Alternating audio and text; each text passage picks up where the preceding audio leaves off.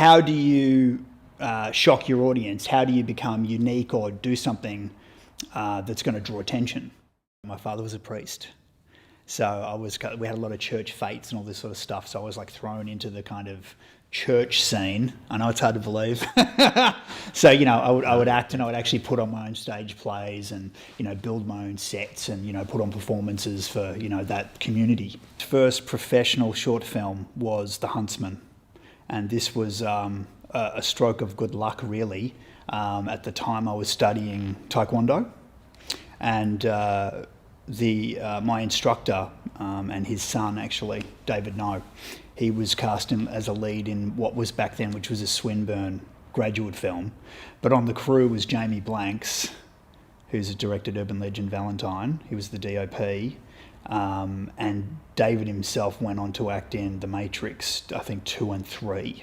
So this was a kind of really powerful group of guys. David had this really kind of elongated fight scene with a lot of different things going on, and in one part he wanted the side splits, so he knew me from the class and he said, I've seen you do splits, can you be in this film with us? And I said, yeah, sure. And he said, do you act? And I said, yeah, actually I do. So it was kind of, it was two kind of, I guess, aces coming together.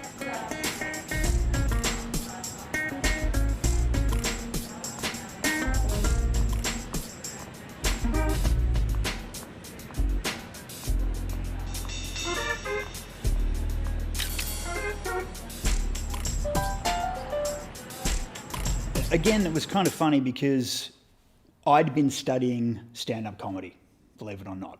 And I was studying privately with a place called the Humoversity. I just come back from Paris. Really? Wow. Nice place. Lots of French people. But having that comic study and still doing a bit of martial arts kind of led me to this film, Radio Samurai, where, again, the director wanted an actor that was funny or understood comedy. But also had a little bit of martial arts prowess because it was about a bunch of guys dressed up as samurais. So that was an independent feature, and I was there for most of the auditions. I was doing the response reads for people. It was a huge production. I mean, we saw everyone in town at the time. It was literally hundreds of people, if not thousands, that auditioned for it. So I was lucky because I landed second lead. Look, it was big at the time. I mean, Brooke Satchwell's in it, and she'd won Australia's most popular teenager that year. Dennis Cord was in it. So you kind of had like a powerhouse from Home and Away and a powerhouse from Neighbours, which gave us some legs. And they were actually really nice people. They weren't kind of pretentious as you might think they are in the independent realm, because I'd only come from independent stuff and hadn't really worked with big names at that stage, not until then, or people that I would say are distinguished names or recognised. So that gave us some legs, but it was a grueling shoot. It was really like an apprenticeship because it was 32 days straight. Back then it was Super 16mm multicam, so it was a really big effort and task to try and pull off. Because this is back in 1999, 2000. Back then, the industry, there was a lot of scrutiny, there was a lot of competition, it was a lot harder to be recognised for your work. There were kind of, from my perspective, there was a small group that kind of said yes or no to you kind of, making it as such. And they didn't like some of what we were doing. And unfortunately, some of the crew were still not amateur, but they were still learning. They were still finding themselves. It was a young crew. So we came out with this, really expensive movie, which we loved, but didn't get as much support from, the film bodies here or, the Film Finance Corporation, for example. They weren't really that into it. But independently and, on the street, it was huge. So Queen of the Damned came about. That was really, through my agent. After I'd done a couple of films and I got an A-list agent, I was able to, be taken seriously enough to go into some of these types of auditions. So it was an audition, and they initially asked me to be a stand-in, and a lot of people were saying no. And I knew that no matter what I did, I'd be making friends straight away, and it'd probably lead to something, so I was very careful. So I said yes. And then I was doubling for one of the vampires, one of the leads. And then I guess as a reward, I got the featured extra part as well. You go to the cinema and you see yourself on 35mm. It's an incredible experience. When I was younger, I knew I wanted to do this thing, and I didn't know what that thing was until I knew it was in film, but I wasn't sure which role. So I purposely jumped into just about every role you can do, so through film school, etc. I've done sound, I've done camera, I've worked as a camera assistant for Channel 9, in fact. I'm a casting agent now. So my point is I kind of dabbled, but I knew in the back of my head, if you want to be a really strong director, you need to actually understand all of the roles. Because if something goes wrong on set, you need to be able to know how to fix it, With acting, I guess that was one thing that I was always pretty good at. I wouldn't say I'm the best, no way, but pretty good. And it helped me to get onto the sets that I wanted to get onto and do that experience and do that research. But I knew I wanted to direct, and I did I attempted to make my first full-length film when I was 19. And that's a movie called The Hidden. Yeah, I don't know if you ever remember, there was a place called the Melting Pot Cafe, which used to be in Collingwood. And this was kind of like a predecessor to Tropfest. These guys were way ahead of their game. And they used to have independent films screened there, and they loved The Hidden. They took it on board, and it played to a packed house. As a very young guy, 19, it was a bit overwhelming for me, and I didn't really know. I wasn't a man yet, so I didn't know what it meant. I just thought, oh wow, everyone loves my film, but but who are these people? Film school, it's one of those things. I applied to get into the VCA School of Film and Television. I kept getting rejected. I realised it was because they were after a certain type of material that wasn't really me. I found Footscray Film School. When I found Footscray, though, they weren't advertising. It was a very kind of cult in-house thing where it was word of mouth. And it was only a 2-year diploma. And I thought, well, I'll go there because I want to actually meet like-minded people. On the first day, the teachers were very smart. They said, hands up anybody who's got a screenplay. And I was like, I'm ready to go. I've got, a whole bunch here. But there were many people that didn't. And they said, okay, anyone who hasn't put their hand up, get out. And I was like, whoa, wow, why is that? And then I realized because she then said, well, if you don't have a screenplay and you're at film school, you mustn't be serious. But I loved that place so much that when I finished the second year, I didn't have enough. I wanted to keep going, and I'd done some shorts, but I wanted to shoot my first feature. So I said, what do I do? Can I re-enroll? So I did, but then my teachers used me as an example, and we actually went to the State Training Board and we got approval to turn it into a 4-year advanced diploma, and I pioneered that. So in the third year, I was on my own, and then when my friends found out about it, they all re-enrolled. So in the fourth year, they all came back, and I had my posse again.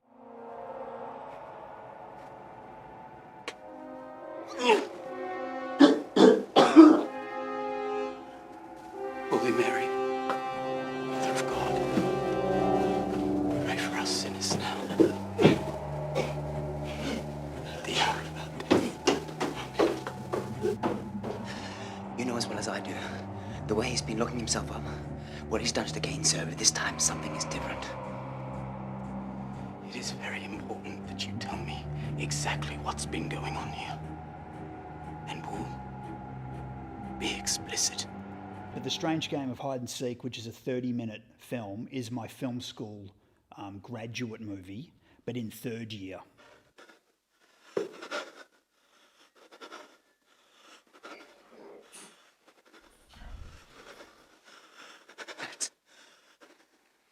That's not my master's voice. So what happened was we had a production company called Alliance, and they just absolutely loved this film to death. When I played it at one of my own festivals at the time on Swanston Street, the Capitol Theatre, I had a festival for a few years running called Out of the Lights. It was a horror film festival. And I screened that and they came along. It was a huge night, actually. It was a packed house. It was 500 plus people there. In fact, when I went to that screening myself, I got, I don't know if I got a train or a cab into the city, but I saw this crowd, going from Flinders Street up to the Capitol. And I was like, oh, wow, something big must be on tonight. And it was the queue to my friggin' festival. I was really shocked. And so they were there and they loved it and they picked it up. But the amazing thing about that is exactly what you said. It was a short film getting a major release. That had never really happened in this country. Is it possible to find some form of redemption from this terror? Fucker. Jesus! What? He's still conscious. So? Well, I mean, he might have heard my voice, and so what if he did? Well, he might recognise who I am, Kat. Tomboys, which is really my first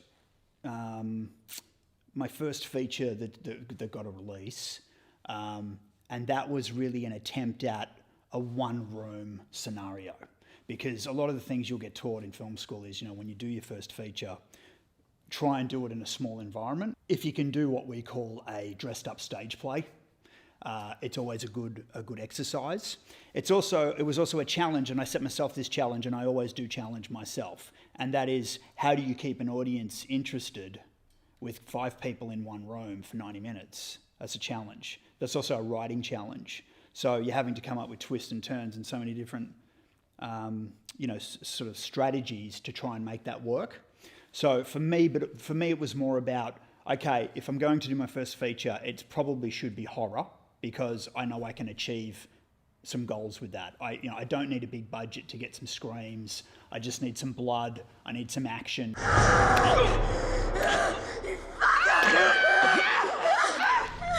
Coming out of, end of film school, I had crew at my disposal, guys that I'd worked with and made, multiple short films with. So it was kind of like having the heavyweights from the film school. We started out with 40 people. We ended up with, maybe a dozen. So it was really the big guns that I took with me to go on this mission and make this movie together. But then, of course, some of my industry contacts as well, and people from Melbourne and people I knew. So it was really kind of a family affair in a way. Initially, which I think you're going to be amazed, I don't think I've ever said this in any interview, ever. Half of it was a raffle. Okay. Yeah. And I'm not afraid to say that myself and some of the crew, we went to some really far out suburbs, and we had a legitimate raffle where I think it was something like, $5 a ticket, win yourself an extra part in this movie.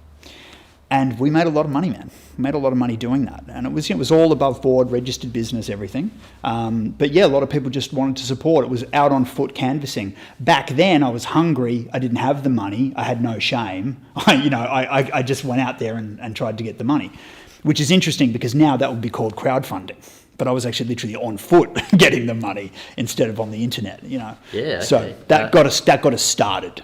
Yeah, but there was other money, there was private investment, and then eventually when I got to post-production, I'd run out of money, and then the distributors put in the rest. But you see, that's where you kind of have to be careful, because once a distributor does that, then they own the movie. So it was kind of a case of, well, I've pushed this as far as I can, I don't want to shelve it, I'm kind of at their mercy now, I'm going to lose some control, I'm going to lose some money, but at least it'll be finished. And to me, it's all about the integrity of finishing the project before the money. It's about finishing the vision. So, because that's the only thing that's going to get you to your next film. It was 10 days straight, night shoots in the middle of winter. And I think Saw had just come out, and I'd heard rumours that it was like an 18-day shoot. And so I was like, well, we're going to beat them. We're going to do a 9-day shoot. You know what I mean? And the joke was, because on the cover of Saw, I think there was like a severed arm or a severed leg. And ours was, we're just going to have like a severed hand. It's going to be like half. So this was how we kind of, pumped everyone up to do it.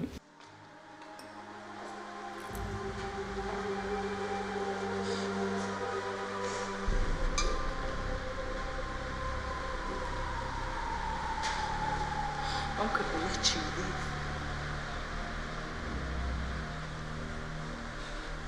But I'm gonna make sure that you, like me,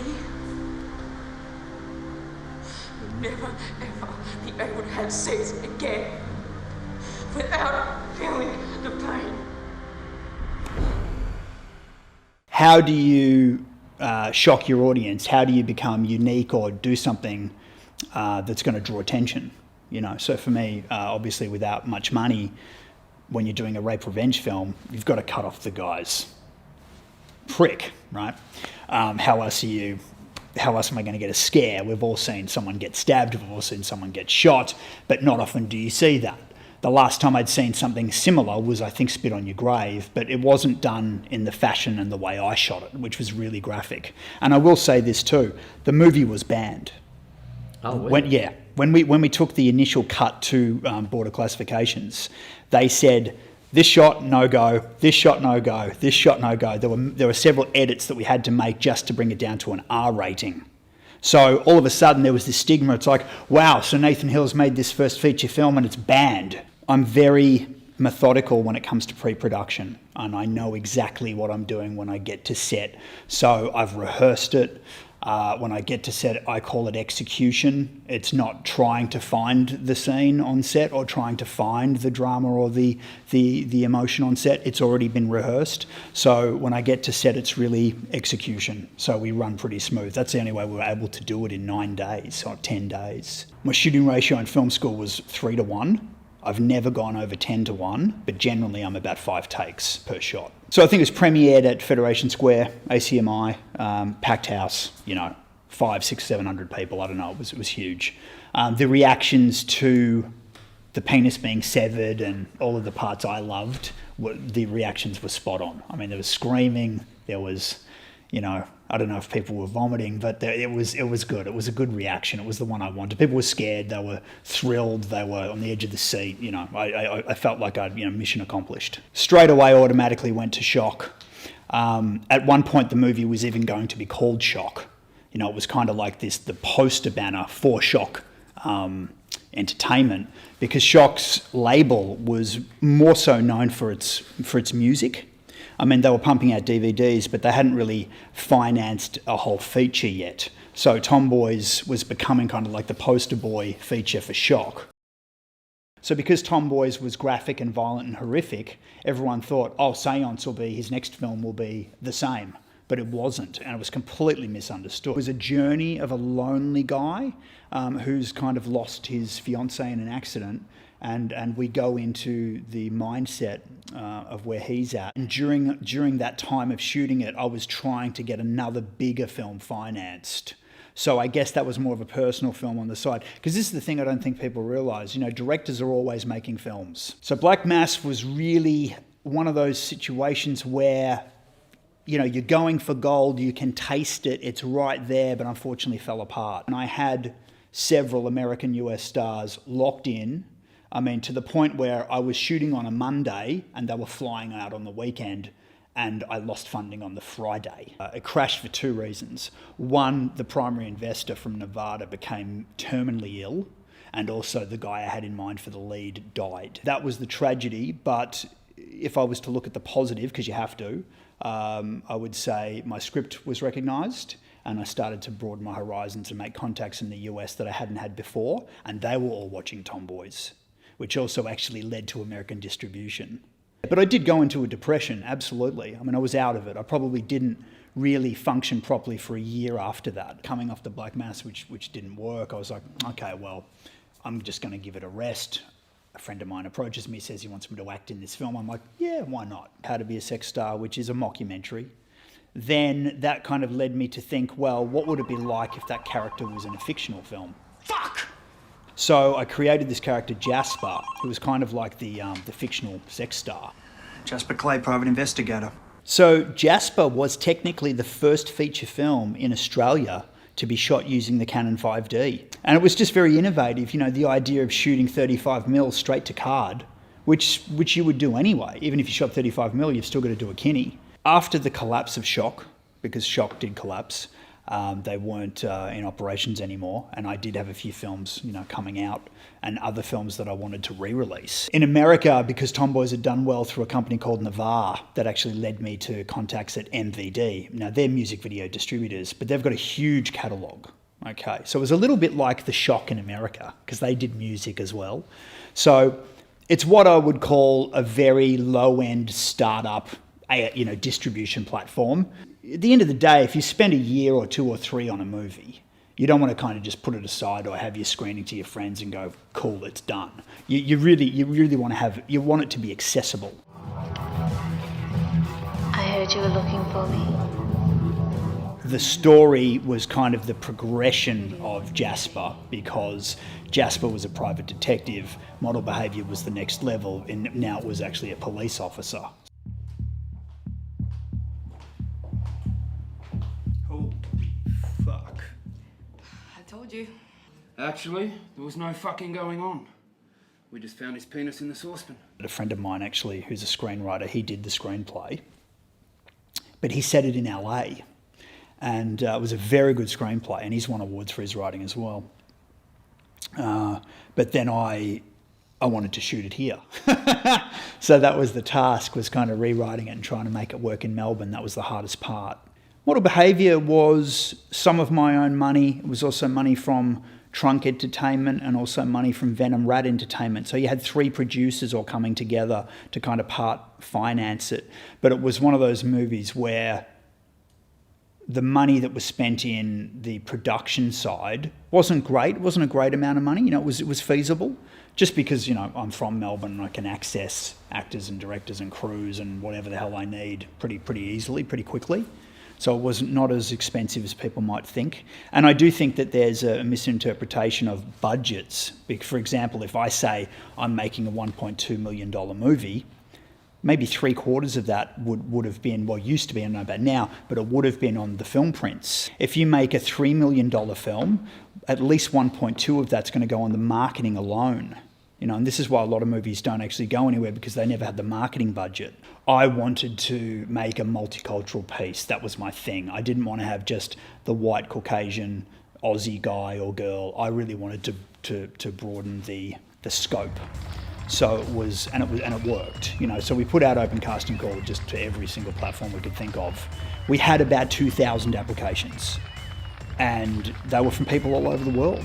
So it was a bit of a confidence boost, because I realised that some people were watching Tomboys, you know, and some of my work was being watched enough that people wanted to be in my next film. So that's a really big compliment, and that makes you want to keep going. Revenge of the Gweilo, my latest feature, at this point, it really is my favourite movie. It's my favourite movie to date, and I'm happy to say that, because sometimes you do make a film, like let's say the Seance example, where you make it and you think, it's okay, you know, but you've done better, or maybe you wished for better. But I'm at a point now where I do believe Gweilo is my best film.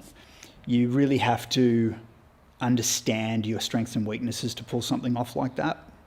And you have to be selfless. And you have to listen. And you have to be in tune. And you have to be passionate. And you've got to give it your all. There's no other way. I think, you know, and I saw this in film school, you get guys that are, and usually they're directors, they're a little bit anal, they're a perfectionist, and they're very caught up in how they're going to make this movie.